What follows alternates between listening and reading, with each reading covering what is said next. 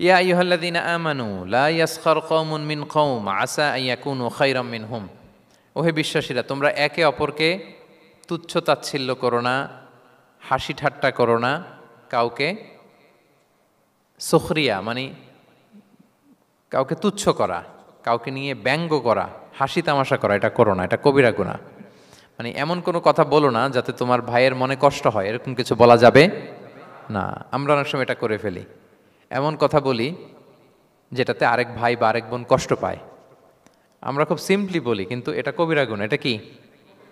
বিশেষ করে তার আকৃতি নিয়ে আপনি কিছু বলতে পারবেন না, এটা বড় কবিরা গুনাহ। এটাকে বডি শেমিং বলে। কি বলে? বডি শেমিং হারাম। কারণ বডি স্ট্রাকচার, এটা কি আমার ইচ্ছা মতো হয়েছে না আল্লাহ বানাইছে? আচ্ছা, আপনি যে এত সুন্দর ফর্সা, কে বানালো? হ্যাঁ, আবার আরেকজন যে একটু শ্যামবর্ণের, তাকে কে বানালো? আপনি লম্বা, কে বানালো? কেউ খর্বাকৃতির খাটো, তাকে কে বানালো? তাহলে আপনি আকৃতি নিয়ে তাকে যদি ঠাট্টা করেন, আসলে কি ঠাট্টা কি তাকে করা হলো নাকি আল্লাহকে? কারণ আসল ডিজাইনারটা কে? হুয়াল্লাযী ইউসাউবিরুকুম ফিল আরহামি কাইফা ইয়াশা। আল্লাহ তাআলা তোমাদেরকে যেমন চেয়েছেন ঠিক তেমন মাতৃগর্ভে তোমাদেরকে ডিজাইন করেছেন, তোমাদের আকৃতি দিয়েছেন। এজন্য কারো আকৃতি নিয়ে অবজ্ঞা করা, তুচ্ছ করা, হেয় করা, এটা প্রকারান্তরে আল্লাহকে অবজ্ঞা করার সমান। দ্য ক্রিয়েটর, যিনি স্রষ্টা, তাকে আপনি অবজ্ঞা করেছেন। ঠিক কিনা বলেন?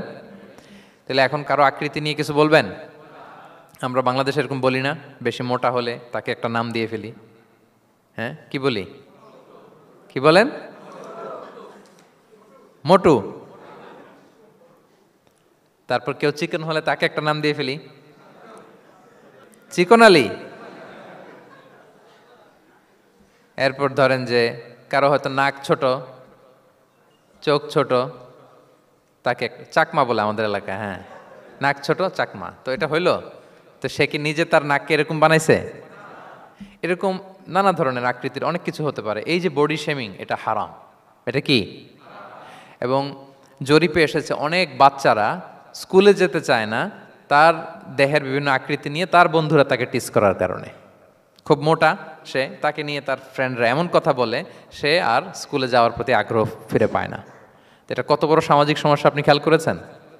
হ্যাঁ, কখনো কারো আকৃতি নিয়ে কোনো কমেন্টস করা যাবে? কারণ আকৃতিটা দিয়েছে কে? এটা খবরদার, এটা বড় কবিরা গুনাহ। আব্দুল্লাহ ইবনে মাসউদ রাদিয়াল্লাহু তাআলা আনহু, এই সাহাবী, ওনার পা দুইটা ছিল চিকন, চিকন পা। উনি একবার আরাক গাছের চূড়ায় উঠেছেন, মেসোয়াকের ডাল ভেঙে মেসোয়াক করবেন। বাতাসের ঝাপটা ওনার লুঙ্গিটা একটু সরে গিয়েছে, পা দুইটা দেখা গিয়েছে। তো এত চিকন পা দেখে সাহাবারা সবাই হাসতেছে নিচে। রাসূল ইসলাম বললেন, ব্যাপার কি, তোমরা হাসো কেন? বলে যে ইবনে মাসউদের পাগুলো দেখে দেখেনি রাসূল কত চিকন পা, হাসতেছে।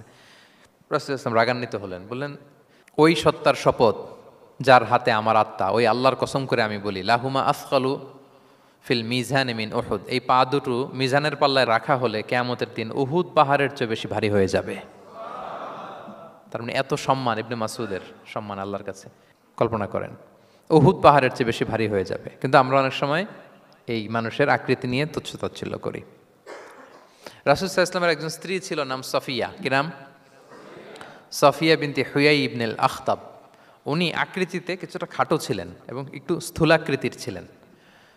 তো এটাকে একটু ইঙ্গিত করে আম্মাজান আয়েশা রাদিয়াল্লাহু তাআলা আনহা একবার একটা শব্দ ব্যবহার করেছেন।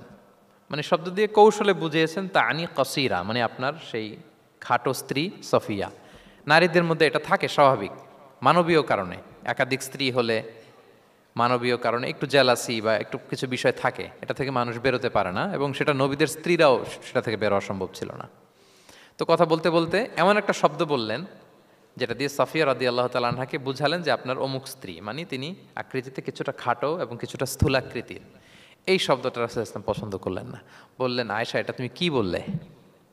আয়েশা, তুমি কি জানো, লাকুত কুলতি কালিমা, তুমি এমন একটা শব্দ বলেছো সফিয়ার ব্যাপারে, লাউ মুজিজাত বিমা ইল বাহরি লা মাজহাজাতহু, এই শব্দটা যদি নীল সাগরে ছেড়ে দেয়া হয় তাহলে এই শব্দের পঙ্কিলতার কারণে নীল সাগরের পানি মুহূর্তেই কালো হয়ে যাবে। আর এরকম শব্দ যেন আমি না শুনি। আম্মাজান আয়েশা রাদিয়াল্লাহু তাআলা আনহা সচেতন হয়ে গেলেন, আর কখনো এরকম বলেননি। দেখেন, রাসূল ইসলাম কখনো এই বডি শেমিংকে স্পেস দিতেন না, কখনো না। আমরা এগুলোকে ছোট মনে করি, কিন্তু যাকে আপনি বলেন সে অনেক কষ্ট পায় মনে। সে খুব মনে কষ্ট পায়, এজন্য এটা বলা যাবে না, খবরদার। রাসূল সাল্লাল্লাহু আলাইহি ওয়াসাল্লাম বলেন, ইন্নাল আবদা লা ইয়াতাকাল্লামু বিল কালিমাতি মা ইয়াতাবায়্যানু ফিহা ইয়াজিল্লু বিহা ফিন্নার। মানুষ অনেক সময় মুখ ফসকে এমন কমেন্ট করে ফেলে অন্যের ব্যাপারে, এটা দিয়ে সে মাঝে মাঝে জাহান্নামী হয়ে যায়, কিন্তু সে ভাবেই নাই এই শব্দে আমাকে জাহান্নামে ঢুকাবে। কারণ এই মুখ দিয়ে যা বেরোয় এটা বলতে অনেক সাবধানে। রাসূল ইসলাম বলেছেন, দুইটা অঙ্গের গ্যারান্টি যদি কেউ আমাকে দেয়, আমি তাকে জান্নাতের গ্যারান্টি দেই। মাইয়াদমান লি মা বাইনা লিহিয়াইহি ওয়া মা বাইনা রিজিলাইহি আদমান লাহুল জান্নাহ। দুই অঙ্গের গ্যারান্টি যে দেয় তাকে আমি জান্নাতের গ্যারান্টি দেই। এক হচ্ছে দুই চোয়ালের মাঝখানে যা আছে মানে জিহ্বা, এই জিহ্বার গ্যারান্টি যদি দেয়। আরেকটা হচ্ছে দুই পায়ের মাঝখানে যা আছে মানে মানুষের প্রাইভেট। এই দুইটা অঙ্গের গ্যারান্টি যদি কেউ দেয় যে এই দুই অঙ্গ দিয়ে আমি কোনো পাপ কাজ সংগঠিত করব না, বিশ্বনবী সাল্লাল্লাহু আলাইহি ওয়াসাল্লাম বলেন আমি আমার ওই উম্মতকে জান্নাতের গ্যারান্টি দেই। তাহলে তুচ্ছ তাচ্ছিল্য ঠাট্টা বিদ্রুপ করা যাবে না। 6 নম্বরে, ওয়ালা তালমিজু আনফুসাকুম, তোমরা অন্যের বদনাম করে বেরিও না। লামজ আসছে লুমাজা থেকে, ওয়াইলুল লিকুল্লি হুমাজাতিল লুমাজা, যে প্রকাশ্যে অন্যের বদনাম করে বেড়ায়, অন্যের দোষ খুঁজে বেড়ায়। একদল লোক আছে দেখবেন শুধু অন্যের দোষ খোঁজে, নিজের দিকে আঙ্গুল যায় না।